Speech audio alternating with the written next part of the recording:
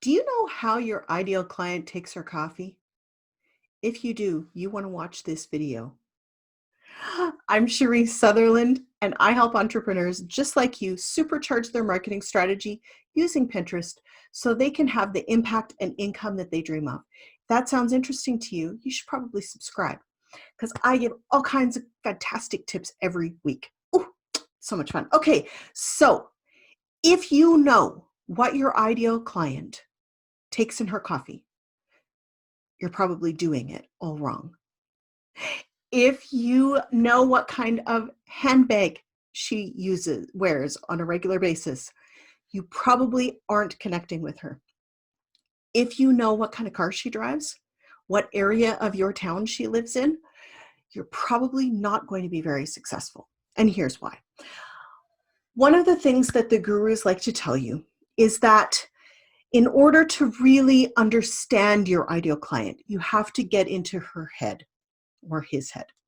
However, what they don't tell you is that what you're actually wanting to be looking at is not their physical attributes. You know, the fact that they have blonde hair and blue eyes and they're 35 years old and they've got 2 kids and they've got a dog who's 2 who has arthritis and a hip problem and cherry eye. None of that is important, but that is what a lot of the business coach gurus tell you you should be focusing on. You need to know what kinds of drinks she has. Is she a vegan? Is she a vegetarian? Does she go do keto? Is she still into paleo? All of these things, none of them actually matter. The only thing that actually matter when it comes to your ideal clients, what are their problems that you can solve? That's it. What are their problems that you can solve? None of the rest of it matters. Not even a little tiny bit. So I would invite you to check out your avatar profile pages that you've written, probably 20 of them, and you've been refining it and refining it and refining it and trying to fix it. None of it matters. Chuck them all out. I give you permission to toss them in the garbage, shred those suckers, burn them. I love burning ceremonies. Whatever it is that's going to make you feel really empowered, go for it. Do it. Do it, do it, do it, do it. And instead, I want you to take a piece of paper and I want you to write down in one column all of their problems that you can solve. And in another column, all of the solutions that you provide. Welcome to Avatar Land. You just created an avatar that actually makes sense, that will actually work, that will actually get you the clients that you dream of, and that will relieve an awful lot of the stress and the frustrations that you are currently feeling when it comes to your ideal client. Because your ideal client is not Karen who's 35 who does whatever. And I'm taking back the name Karen. I know some lovely Karens. Your ideal client is the person who has the problems that you can solve. Period. Now, as you go along and you dive into this more and more, you may get more specific. And that's okay.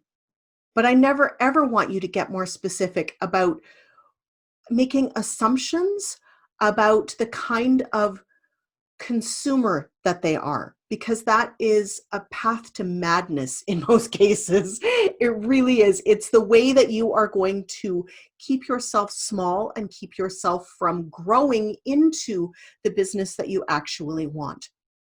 Because what happens is when you have this vision in your head of what your ideal client looks like, and maybe she is a 25-year-old soul woman with she's just the most gorgeous woman on the planet, and she's got all of these things and whatever. And then someone who's 50 who could really use your help shows up in your world. you're going to automatically go, she's not my ideal client. I don't want to work with her. Oh my God. But she might be the person who gets the best results.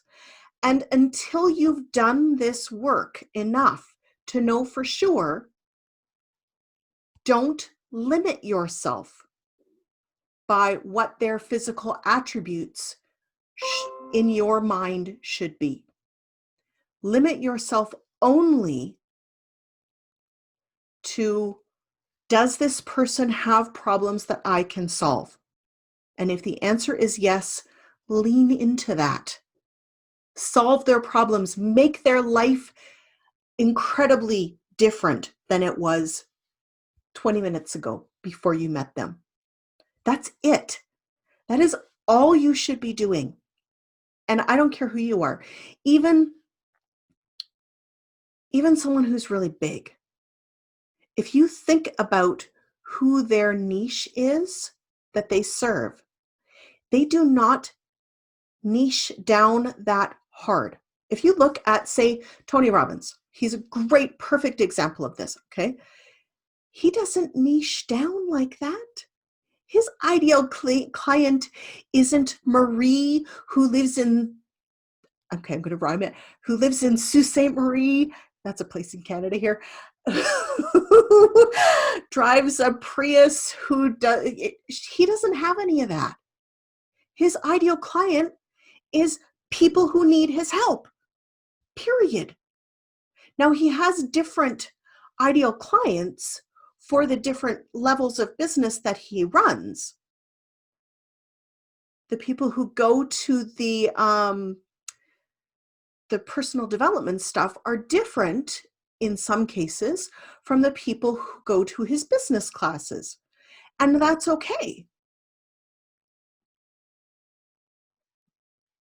But he's not identifying them by, this is Mike, who's 40 years old, who's trying to transition, who lives in Tampa, Florida, and drives a Hummer and goes to the beach twice a week. And then this one over here is maybe he's Dan, who lives in, I don't know, LA, who drinks vegan juices all the time.